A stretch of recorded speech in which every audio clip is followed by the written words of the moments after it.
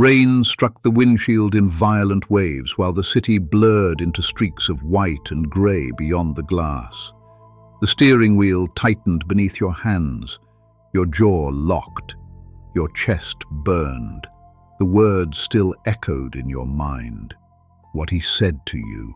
The disrespect, the humiliation, the dismissal. You replayed it over and over like a scene you couldn't escape. And somewhere beneath the anger was something worse. A quiet feeling that you had lost control of yourself. Not because someone insulted you, but because they could reach inside your mind and change your emotional state with a few careless words. That realization sits heavier than anger itself. Most men believe anger makes them powerful, but if another person can provoke you whenever they choose, then who truly has the power? The Stoics understood something most people never realize. Anger is not strength, it is surrender. And the dangerous part is that anger rarely arrives looking destructive. Sometimes it feels righteous, sometimes it feels justified, sometimes it feels necessary. But underneath nearly every angry reaction lies the same hidden truth. Your peace has become dependent on the behavior of others. That is why anger exhausts you, not physically at first, spiritually. A man can spend years building discipline, confidence, intelligence, status, only to lose himself emotionally in a single moment because someone challenged his ego. A stranger cuts him off in traffic. Someone disrespects him online. A woman rejects him. A friend betrays him. A family member misunderstands him. A co-worker questions him publicly. And suddenly, his entire emotional state belongs to the outside world. The Stoics warned about this centuries ago. Marcus Aurelius once wrote, "You have power over your mind, not outside events. Realize this, and you will find strength." But modern life conditions you to react instantly. Everything around you feeds emotional impulsiveness. Notifications, arguments, outrage, comparison, validation, endless noise. The modern world profits from your inability to remain calm, because a man who cannot control himself is easy to manipulate, easy to distract, easy to offend, easy to provoke, easy to weaken. And many people spend their entire lives trapped in reaction mode without realizing it. They think anger protects them, but often anger is simply wounded pride wearing armor. The truth is difficult to accept. Most anger is not caused by other people. It is caused by the collision between reality and your expectations of reality. You expected respect. You expected fairness. You expected loyalty. You expected understanding. You expected life to move according to your internal script. And when reality refuses to obey that script, anger appears. Not because life betrayed you, because life refused to match the fantasy in your head. This is why two people can experience the same insult while only one loses emotional control. One man reacts instantly. The other remains calm. The event was identical. The interpretation was different. That changes everything. Imagine a mountain during a storm. The clouds rage. Thunder shakes the sky. Rain crashes against stone. But the mountain remains unmoved. The storm does not ask permission before arriving. The mountain does not panic when it comes. This is the difference between emotional reaction and emotional mastery. Most people become the storm. Stoicism teaches you to become the mountain, and that transformation begins with a painful realization. Your anger is often rooted in ego, not strength. Ego says, "How dare they disrespect me?" Wisdom asks, "Why does this disturb me so deeply?" Ego seeks control over people. Wisdom seeks control over itself. That is why calmness unsettles angry people, because calmness reveals discipline. Anyone can shout, Anyone can react, anyone can lose control, but remaining composed while emotionally attacked, that is rare, that is power.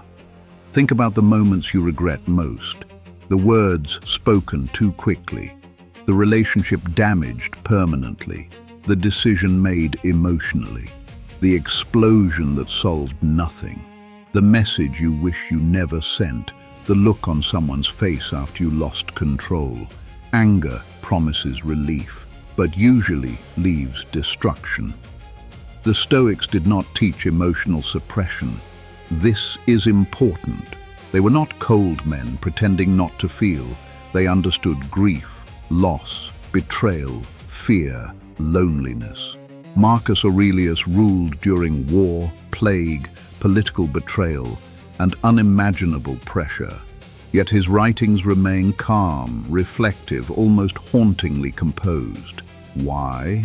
Because he understood something modern people forget. You cannot control the world. You can only control your response to it. And the moment you fully accept this, anger begins losing its grip on you, not instantly, but gradually, like chains weakening link by link. The first transformation happens when you stop treating every inconvenience as a personal attack. Traffic is not personal. Weather is not personal. Criticism is not personal. Another person's immaturity is not personal. People act according to their own level of awareness. Some people are ruled entirely by impulse. Some are consumed by insecurity. Some are carrying wounds you cannot see. Some are fighting battles silently. When you understand this deeply, compassion begins replacing rage, not weakness. Understanding. A barking dog does not offend the lion, and many people spend their lives emotionally fighting barking dogs. The Stoics believed anger often comes from unrealistic expectations of humanity itself.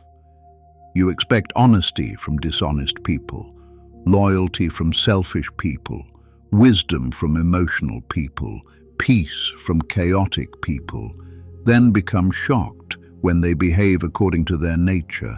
But reality becomes less painful when you stop demanding perfection from flawed human beings. This does not mean becoming passive. It means becoming emotionally intelligent. There is a difference. Stoicism is not weakness. It is controlled strength. A calm man can still set boundaries, still walk away, still speak firmly, still defend himself. But he does not surrender his nervous system to every external trigger. That changes your entire life, because anger drains energy. You feel it afterward, the exhaustion, the heaviness, the regret, the emptiness. Your body was never designed to remain in constant emotional warfare. Yet modern society almost celebrates outrage. People bond through anger now. Entire identities are built around resentment, and the longer anger becomes your default emotional state, the smaller your inner world becomes. You stop seeing beauty, stop feeling peace, stop thinking clearly, stop listening deeply. Your entire existence narrows into reaction. This is why many angry people secretly feel spiritually exhausted. They are constantly fighting invisible wars inside themselves, but eventually a man reaches a point where he becomes tired of carrying emotional chaos everywhere he goes. He becomes tired of needing to win every argument, tired of proving himself, tired of reacting, tired of feeling emotionally hijacked. And in that exhaustion, wisdom quietly begins. Not dramatic wisdom, quiet wisdom. The kind born late at night when the world is silent, and you finally admit to yourself, this anger is hurting me more than anyone else. That moment changes everything, because true emotional control does not begin by controlling others. It begins by observing yourself honestly. You begin noticing patterns, what triggers you, why it triggers you, what insecurity it touches, what fear it awakens, what wound still exists beneath the surface. Most anger is wounded identity protecting itself. Someone criticizes you, and suddenly your self-worth feels threatened. Someone rejects you, and suddenly your value feels questioned. Someone ignores you, and suddenly your ego feels invisible. But when your identity becomes rooted internally rather than externally, emotional reactions weaken, because your peace no longer depends on constant validation. This is why solitude becomes important. Silence reveals you to yourself. Most people avoid silence because silence exposes unresolved emotion. Without distraction, your thoughts become louder, your wounds become visible, your insecurities surface. But this confrontation is necessary. The Stoics believed self-awareness was the beginning of freedom, and freedom is impossible without emotional discipline. A man who cannot govern his emotions becomes governed by them. That is slavery disguised as personality. One of the most powerful Stoic practices is the pause, simple but life-changing. Before reacting, pause. Before speaking, pause. Before sending the message, pause. Before escalating, pause. That small moment interrupts emotional momentum, because anger thrives on immediacy.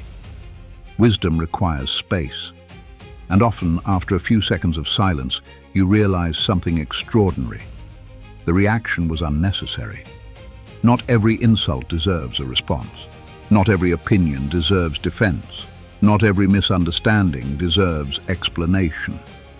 Sometimes silence is not weakness, it is discernment. The strongest men are often the hardest to provoke because they understand something fragile people do not. Protecting your peace matters more than protecting your ego. And eventually, something strange begins happening.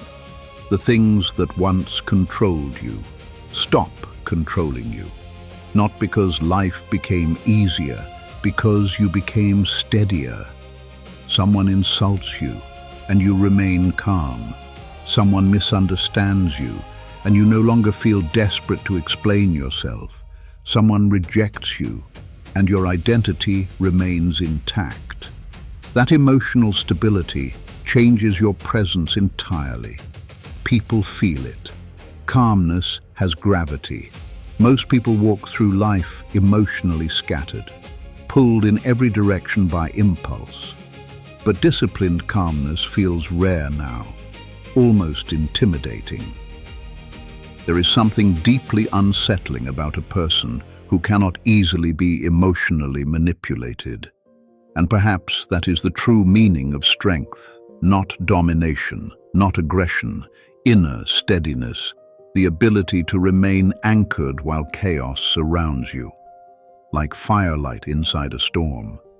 This does not mean you will never feel anger again. You will. You are human.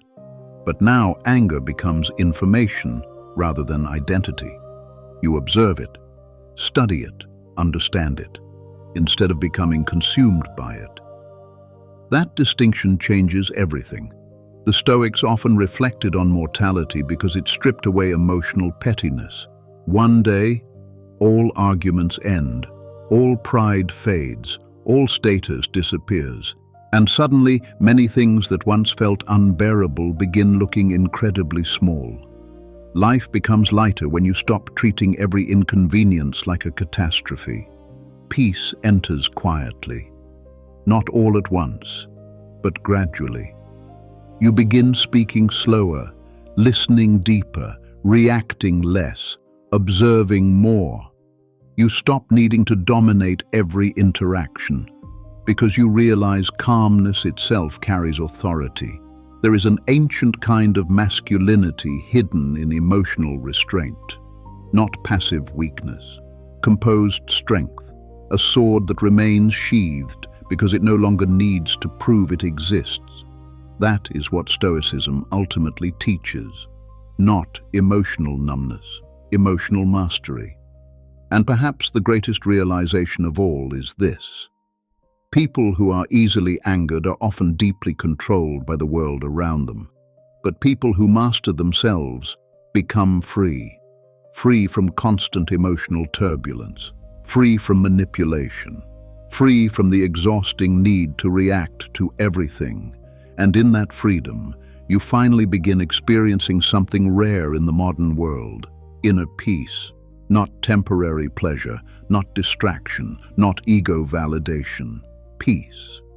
The kind that allows you to sit quietly beneath the noise of the world without feeling disturbed by it. The kind that allows storms to pass through your life without destroying your center.